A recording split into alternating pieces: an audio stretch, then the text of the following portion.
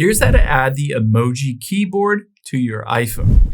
Now, if you open up an app and open up the keyboard, you should see at the very bottom left is an emoji icon. You can see I typed some emojis here, but I can't type on it to create new ones with that emoji keyboard until I add it.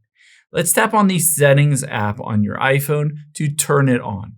From here, you're going to tap on General towards the bottom, and then scroll down until you get to Keyboard and tap on that. Now, if you don't see that, or if you're having trouble finding it, you can just tap on Search and just search for Keyboard, and then tap on Keyboards.